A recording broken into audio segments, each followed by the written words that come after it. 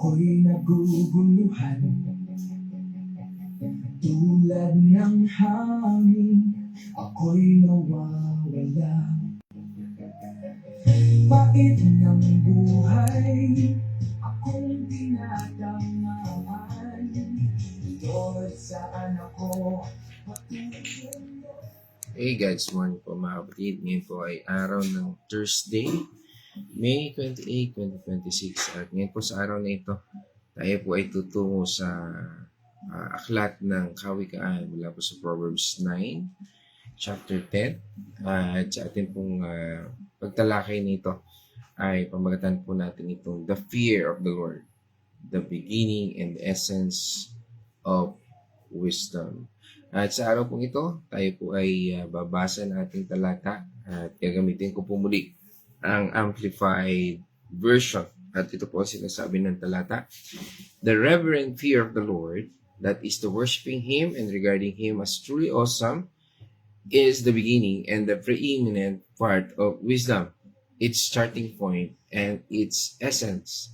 And acknowledge the knowledge of the Holy One is understanding and spiritual insight. Tayo po ay manalangin. O manaming banal na makapangyarihan sa araw at oras na ito sa pamamagitan ng banal na Espiritu, turuan mo po kami, Panginoon. At kami po ay naniniwala na Ikaw lamang ang pinakamagaling na guro na siyang magtuturo sa amin sa pamamagitan ng banal na Espiritu.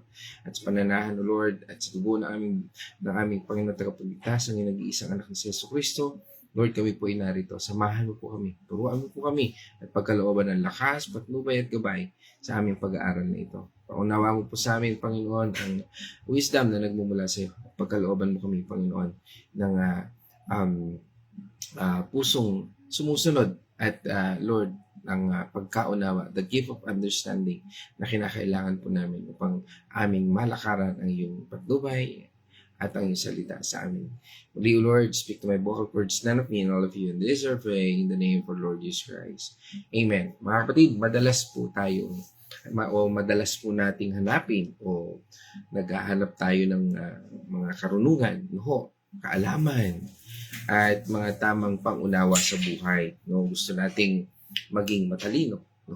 At sa lahat ng bagay, matalinong magdesisyon, at sabi nga ay may malalim na pangunawa sa mga nangyayari sa paligid. Pero alam ba natin kung saan talaga nagsisimula ang tunay na karunungan?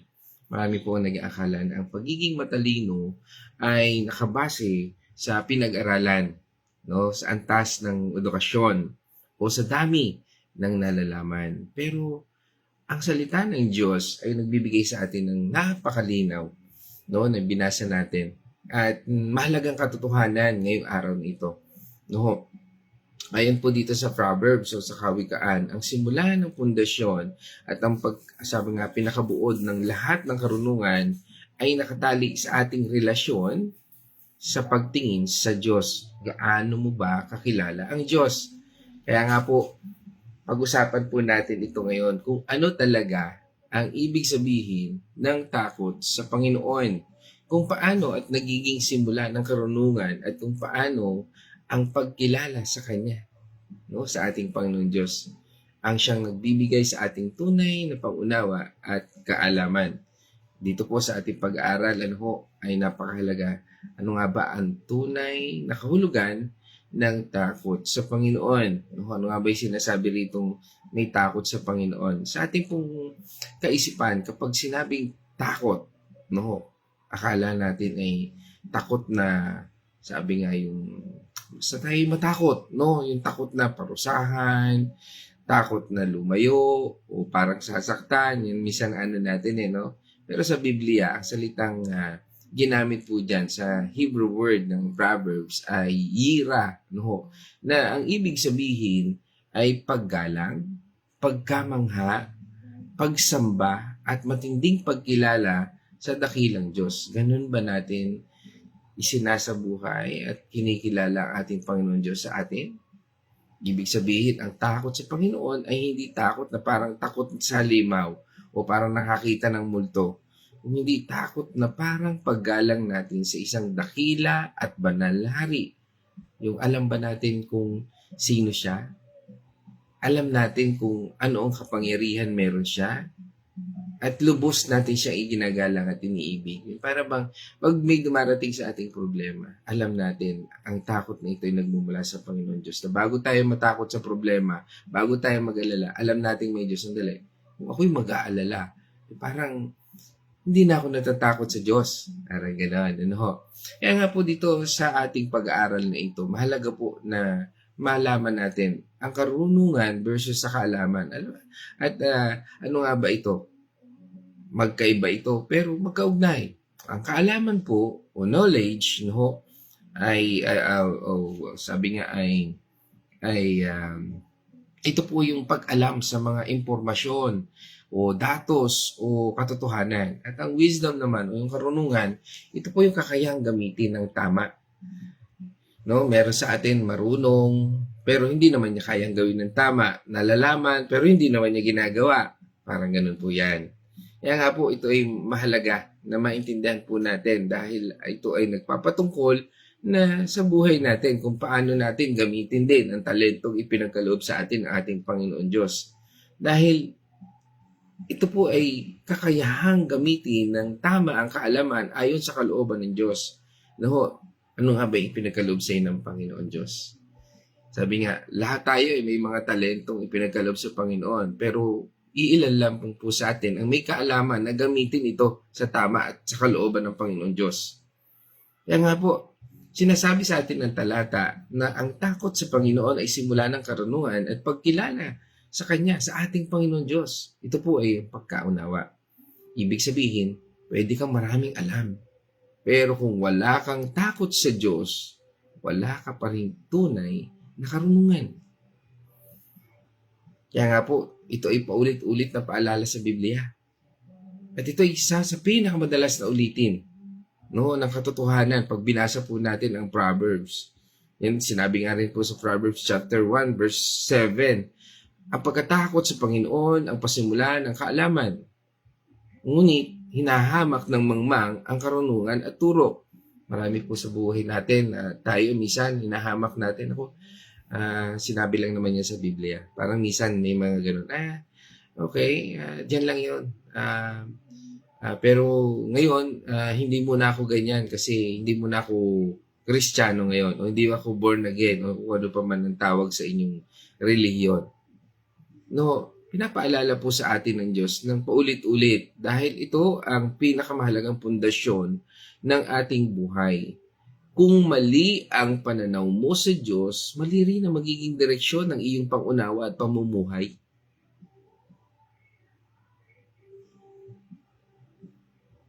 Dahil ang wisdom po ay mula sa Panginoon Diyos.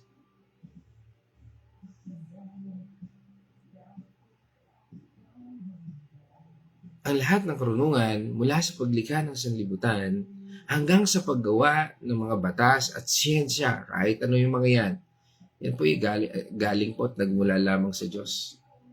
Kaya paano tayo magkakaroon ng karunungan kung hindi natin kilala ang pinagmulan nito? Ang pagkilala at paggalang sa Kanya ang susi para mabuksan ang ating isipan sa tunay na katotohanan. Sabi nga, di ba? Maaari nating malaman ang lahat. We can all gain all of that. Pero, kung hindi naman natin ito ginagamit sa kalooban ng Panginoon Diyos, walang silbi lahat ito. Kaya nga po, dito po sa ating pagbasa at sa ating pag-aaral nito mula sa Proverbs 9 verse 10, ay hatiin po natin ang text na ating binasa sa dalawang bahagi.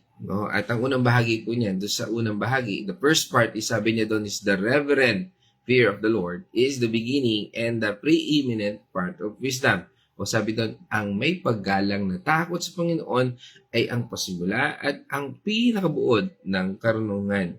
Sinasabi po dito na ang takot sa Panginoon ang simula, ang pundasyon, ang pinakaugat ng lahat ng karunungan na nauna nating nabanggit. Bakit ito po ang simula? Yan ang ating simulan. Dahil kapag nagsimula tayo sa ating Panginoon Diyos, sabi nga, tama agad ang iyong pananaw.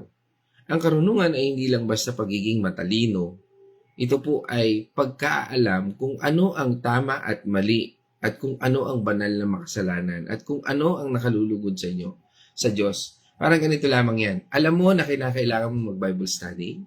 Alam mo at meron ka namang oras, pero pinagwalang bahala mo lang. Karunungan ba yun? Wisdom ba yun? Kapag meron tayong takot sa Panginoon, ibig sabihin, iginagalang natin siya. Sinasamba natin siya. At alam nating siya ay dakila at banal. Magbabago ang ating pananaw sa lahat ng ating bagay, sa lahat ng bagay sa buhay natin. Mga mahal kong kapatid, ang taong may tao sa Diyos ay hindi gagawa ng masama kahit walang nakatingin. Hindi dahil takot siyang mahuli, kundi dahil takot siyang masaktan ang puso ng Diyos. Sa tuwing tayo nagmamatigas, sa tuwing pinatitigas natin ang ating puso, even ang ating kokote, sinasaktan po natin ang puso ng Diyos. Ang taong may takot sa Diyos ay nagdedesisyon ng tama. Hindi dahil lang sa makabubuti ito sa Kanya, kundi dahil alam niya ito ang kalooban ng Diyos. At ito po yung tinatawag na doon sa binanggit natin kanina na preeminent part. Ibig sabihin, ito ang pinaka-esensya o pinakamahalagang bahagi. Pwede kang maging pinakamatalinong tao sa mundo. Maraming parangal, maraming alam, o sabihin na, nasa iyo na ang lahat. Marang Daniel Padilla, nasa iyo na ang lahat. Pero kung wala kang takot sa Diyos, ayon sa Biblia, ikaw ay mangmang pa rin. Ang karunungan na hiwalay sa Diyos ay hindi tunay na karunungan. Ito ay talino lang na walang tamang direksyon at layunin. Dahil ang tunay na matalino ay hindi yung maraming alam, kundi ang, sabi nga ay, yung mga nakakakilala at may tamang paggalang sa Diyos. Dito po nagsisimula ang lahat. Kaya nga doon sa second part, sabi niya doon, and the knowledge of the Holy One is understanding and spiritual insight. Ang pagkakilala sa Kanya ay tunay na pagkaunawa ng pag-unawang spiritual. Dito naman po ipinapaliwanag ang koneksyon ng ating pagkilala sa Diyos. Yung kinikilala natin ng Panginoon Diyos, sinusunod natin ang salita niya, no? Sinasabi rito po na ito po ay nagbibigay ng pangunawa. Anong ibig sabihin po nito? Marami po tayong nakikita at naririnig sa mundo. Minsan nalilito na nga tayo sa dami. Nagtataka at hindi natin maintindihan kung bakit nangyayari ang mga bagay-bagay. No? Minsan nagbabase na lang tayo sa emosyon, no? Kaya nga po minsan ang nangyayari ay hindi na nakaka-glorify ng Lord ang ginagawa natin kasi parang nakabase tayo sa sarili natin. Parang gusto natin tayong itaas, sunod ang Diyos. Hindi po ganon. Pero kapag kilala po natin ng Diyos, kapag alam natin kung sino siya, kung ano ang kanyang katangian at kung ano ang kanyang salita, doon po magkakaroon ng liwanag ang pangunawa. Dahil ang Diyos, banal po siya. Siya po ay walang bahid ng kasalanan. Siya ay totoo, siya ay matuwid, siya ay mapagmahal. Kapag kilala natin ang kanyang katangian, alam natin kung ano ang dapat nating piliin at iwasan. Kaya nga po ang pagkilala ay hindi lang basta alam natin ang kanyang pangalan. Sa Biblia, ang salitang pagkilala ay malalim. Ito ay ugnayan at relasyon. No, meron ba talaga tayong ugnayan at relasyon sa Panginoon? Ano yung sign na meron ka ugnayan at relasyon sa Panginoon? Yung excited ka sa anumang gawain ng Panginoon na ikaw ay kinabibilangan noon. Halimbawa, sa Bible study, kung kabilang ka doon, excited ka. May Bible study. Na-attend ako dyan. No? May God's Morning, attend ako dyan. No? May pagsamba, excited tayo. Ibig sabihin ng tao ng excited tayo, hindi tayo nalilate. Yung hindi katulad ng pag dumarating ka sa church, para kang superstar, lahat tumitingin sa'yo kasi late ka. Kala mo naman, tuntua sila sa'yo. Hindi. Ito na yun. Pagtingin sa'yo nun, ibig sabihin nun, ba't ka late? No?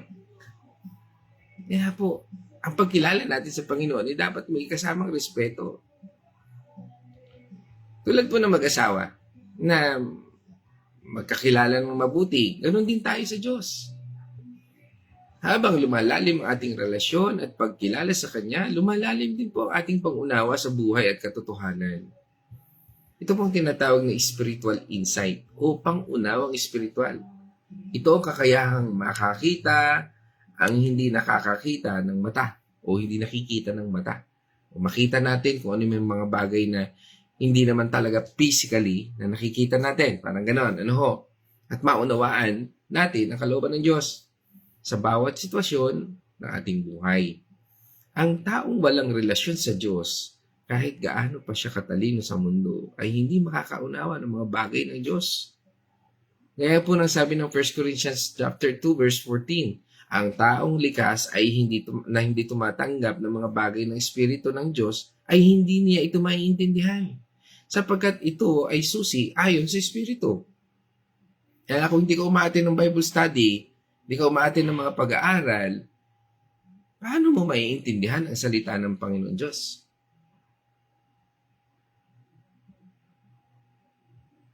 Ang susi para magkaroon ka ng malalim na tamang pagkaunawa sa buhay ay lumalalim na, sabi nga, pagkilala at relasyon natin sa Diyos. Ibig sabihin, lumalalim ka sa Panginoon. Kaya nga, dyan po ulitin ko ulit, umaattend ka ng Bible study. Doon ka lumalalim. Lumalalim ka sa Kanya sa banal na at sa ating banal na Diyos. Bilang mga tagasunod ng ating Panginoon sa Kristo, mahalaga pong malaman natin na si Jesus ang ating karunungan. Sinasabi nga po ni Pablo doon sa 1 Corinthians chapter 1 verse 24, si Kristo ay kapangyarihan ng Diyos at karunungan ng Diyos. Kung nasa iyo si Kristo at sinusunod mo ang ating Panginoon sa Kristo, ibig sabihin sumusunod ka sa salita ng Panginoon Diyos, yan ang sign na nasa iyo ang ating Panginoon sa Kristo. Dahil ang lahat ng sinasabi dito, even kahit dito sa kawikaan, ay ganap na nakikita natin sa ating Panginoon Jesus. Siya ang salamin ng kadakilaan at kabanalan ng Diyos. Kaya kapag kilala natin ang ating Panginoon Jesus, kapag sumasamba at gumagalang tayo sa Kanya, nasa atin na ang simula at kabuuan ng tunay na karunungan. Siya ang daan, ang katotohanan, at ang buhay. John 14 verse 6. Ang lahat ng karunungan ay nakatago sa Kanya. Kung hindi mo pa nasusumpungan, kaya nga kailangan mong umattend ng Bible study. Kung hindi man po sa amin, sa iba. Huwag mong hayaan na wala kang spiritual food. Huwag mong hayaan na wala kang salita ng Panginoon Diyos sa iyong buhay. Dahil yan lang ang magbibigay ng lakas. At yan ang magiging simula ng lahat. Kapag ang desisyon mo ay hindi na aayon sa salita ng Panginoon Diyos, sigurado yan. Magkakamali ka. Minsan kasi sa buhay natin, Pastor, pinag-pray ko naman Pinakinggan mo ba yung tugon ng Diyos? Baka naman, pinag-pray mo lang, pero hindi naman tumugon ang Diyos sa'yo. O iba ang pagkaunawa mo sa tugon ng Diyos.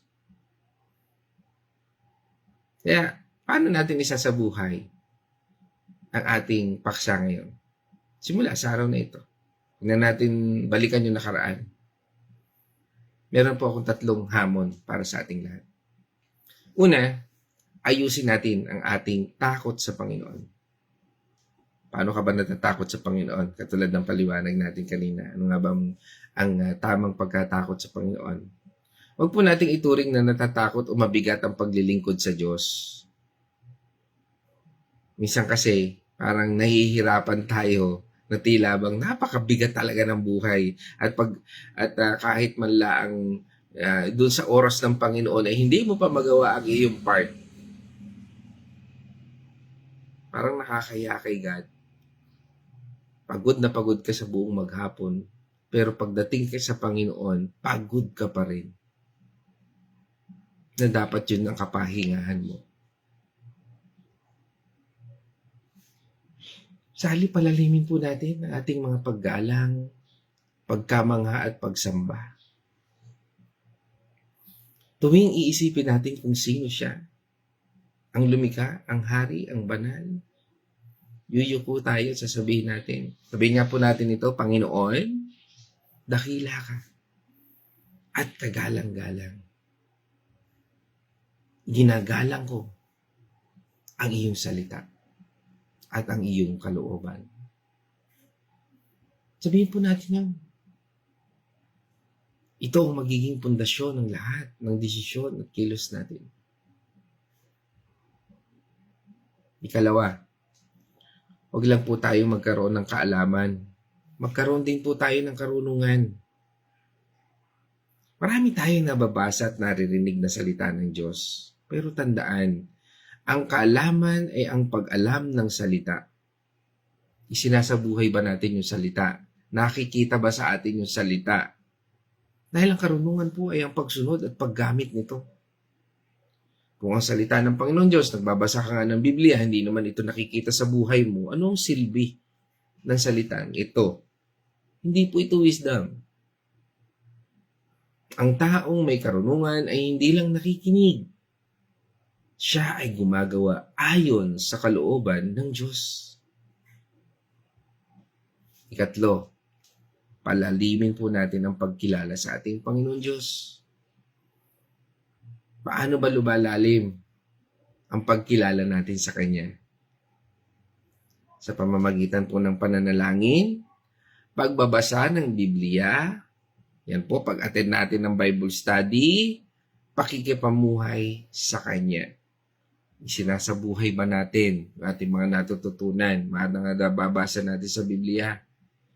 Marami pong mga tao na sinasabing, alam nyo, ang dami ko na hong na-meet no, sa Bible study. Pastor, hindi na ako liliban sa Bible study.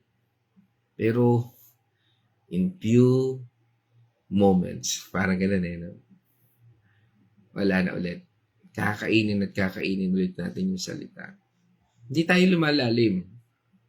At pag nagkaroon ulit ng problema, lapit ulit kay Lord.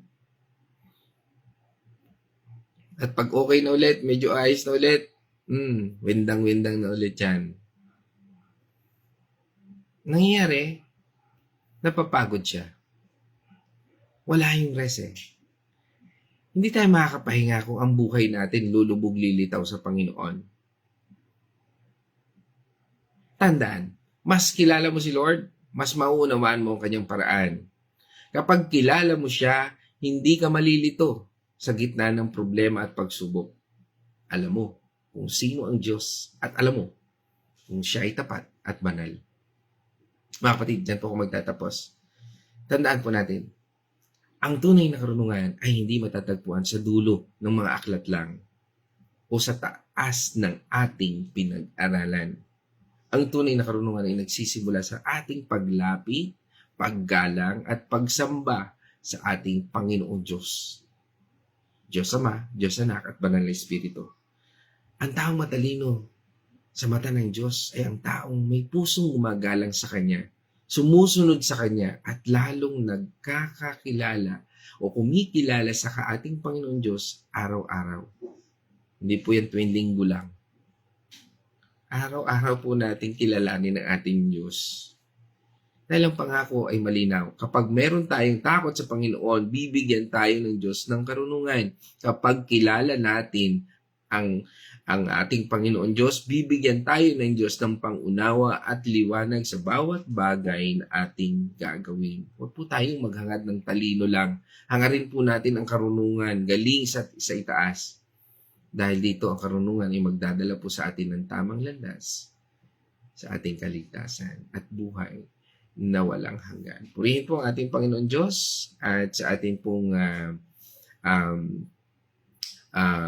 bahaging ito naman, tayo po tutungo sa ating pagbati, no, sa ating mga kapatid online at ating pong silipin ang bawat isa. At unahin na po natin, pinangunahan po tayo dito sa aking comment section ng ating kapatid mula po sa Bulakin, no?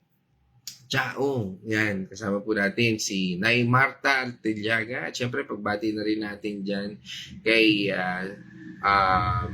Nay Cory, Nay Lina, yan, Iyasel, Inigo, at kay Kuya Chris, no? Dyan sa Bulakin, Chaong. At syempre, andito rin po kahit na yan, hindi ko lang siya makasama dahil naka-bed rest po siya, no? Yan, kasama po natin ang aking wife. Wala akong partner sa mga magdadang araw, ano ho, dahil nagre-recover po ang aking partner, no, sa kanyang surgery. Yan, kasama po natin si Wenny Mandigma Mercado. Yan, at sama rin po natin ang aming inaanak, yan, si Tyron at Janessa, yan sa Barangay Concepcion, yan, Carmelite Road. At syempre, pagbati na rin natin dyan, kasama rin natin, nakita ko dito, ang ating kumpare, kaibigan, yan. At yan, ating business partner, yan, si Brother Arthur Tanyo. At syempre, pagbati na rin natin sa kanyang pamilya, kay Kumaring Len, at syempre, pagbati rin natin sa kanilang kiddos, no, si Pau and kay Julene, sa mapagpalang umaga dyan sa Barangay Concepcion, no, Carmelite Road. At kasama rin po natin kasunod dito ay from Villa Escudero. Kasama po natin si Nay Winnie Patual, no? At yan, pagbati natin sa buong Patual family dyan sa Villa Escudero. Siyempre, pagbati na rin natin kay Ate Lisel Dalangin at sa kanyang buong pamilya. At sinundan po yan from Maranata. Kasama po natin ang Nunoso family. Muli, no? Kasama natin si Ate Nela. Yan, at pagbati natin sa iyong buong pamilya. Yan, at sinundan po yan nabati ko na rin yan si Kuya Chris. Yan, at from Makati, kasama rin po natin yan, si Sister Babes Rianzares, no? At pagbati natin sa iyong buong pamilya dyan sa Makati City at ganoon din sa iyong pamilya sa Bulacan, San Miguel. Yan, at sinundan po yan mula po sa Dolores, Quezon, ni Nanay Teresita Dalangin. Sa mapagpalang umaga po sa inyo, Nay Teresita Dalangin from Dolores, Quezon. At nasundan po yan ang ating kapatid from Liliw, Laguna, ang Arosena family, sa pamumuno po ni Nay Edna Arosena. Yan, at kasama rin po natin muli from Osamis, no? City, yan, kasama po natin ang C family, yan sa panguna ni Doktora Julia, at syempre pagbati natin dyan kay Sir Dodong, kay Johan, kay Kerwin, at kay Johnson. Yan, at yan, from USA naman tayo, kasama rin po natin ating kapatid, yan sa pangunguna ni Nurse Abigail Da. Sa mapagpalang umaga sa iyo, yan, from Washington Shuttle, at patuloy na kagalingan kay Mamang, yan. Okay? At sino pa? Yan, kasama rin natin. Yan, nabati ko na rin. Yan, pagbati na rin natin kay Tatay Victor Dalangin. Nabati na rin natin kanina si Nay Tessie. At pagbati rin po natin kay Caroline Mercado, sa aking kapatid from Santa Rosa, Laguna. Yan, at pagbati ko rin sa aking anak na si Casey. At aking mga pamangkin. Yan, diyan sa Santa Rosa, Laguna, at sa lahat dyan. Okay? At sino pa? Yan, pagbati din natin dito sa ating kapatid from Barangay Santo Angel. Kasama rin po natin si Manilyn Mendoza. Yan, si Sister Manilyn, sa mapagpalang umaga po. At pagbati rin natin from Dubai, no? Kasama po natin si Maria Bunalos. At, si Tita Medi kasama natin. Yan, kasama rin po natin yan, si Tita Medi Garcia, Sayas Garcia. Yan. Sa mapagpalang umaga po sa inyo, Tita Medi, at sa inyong buong pamilya, no? Kila Attorney Resty, kay Judge Sarah, no? Sa inyo pong lahat, no? Yan, sa mapagpalang umaga po. Yan. At pagbati rin natin, nabati ko na rin pala si Brother Arthur, kasama rin natin. Yan, and that's all. At tayo po ay magtatapos na, mga mahal kong kapatid sa Panginoon. Nawa tayo po ay napagpala ng salita ng Panginoon at nawa isabuhay po natin katulad ng aral na ating napakinggan. Sa tayong lahat ay magkaroon po tayo ng tamang takot sa Panginoon Diyos, tamang paggalang, tamang pananaw. At isabuhay po natin ito at gamitin po natin. At ito, kasama pa lang natin si Pastora Andal Artillaga, from South Meadows, wala lang dito sa comment, pero nakita ko dito sa taas, mapagpalang umaga po sa inyo, Pastora Pe, at sa inyong buong pamilya. At dyan po tayo magtatapos, mga mahal kong kapatid. Tayo po ay manalangin. O maraming Diyos na makapangyarihan, salamat po sa oras at araw na ito at sa inyong pong pagpapahayag ng wisdom o karunungan. Nawa ito pong talatang ito pong aming aral na ito pong God's Morning na ito, ay magbukas sa aming puso at isipan ng tamang pagkatakot sa iyo, tamang pagsamba na nalalapat lamang po sa iyo. Kaya salamat po, Panginoon, sa oras na ito na ipinagkaloob mo sa amin. Dahil ikaw po yung Diyos na siyang nagbibigay ng tamang lakas at pagkaunawa. Hayaan mo po yung banal na Espiritu mo, Panginoon, ang sa amin, Panginoon, ay mangusap at kumilos sa aming buhay. Bigyan mo po kami ng pusong ipinapaubaya ang kalooban mo sa aming buhay. Hayaan mo po, Panginoon, na kami ay sumunod ayon sa iyong kagustuhan. At dalangin po namin to. At sa amin po, Panginoon, ay patuloy namin dinadalangin ang may mga karamdaman. Lord, kami po'y naniniwala na ikaw ang kagalingan at sa mga kapatid namin na nagpapalakas. Lord, especially sa aking asawa. Lord, at kay mamang na nasa US, Lord, mamang po ni Sister Abby. Lord, dalangin po namin, Panginoon, ang kalakasan. At sa lahat ng ito, Panginoon, sa iyong patnubay, sa lahat ng pangangailangan, ipinapanalangin po namin, Panginoon, na kami po ay may pagkakatiwala, O Lord, na lahat ng ito ay hindi mo kami iiwan at hindi mo kami pababayaan. Kaya po salamat, Panginoon, sa oras at araw na ito. At ito po ay aming dalangin sa pangalan ng Ama, ng Anak, at ng Banal na Espiritu. And this I pray in the name of our Lord Jesus Christ. Amen and amen. Mga kapatid, let us shout the shout of victory. Christ has died. Christ has risen.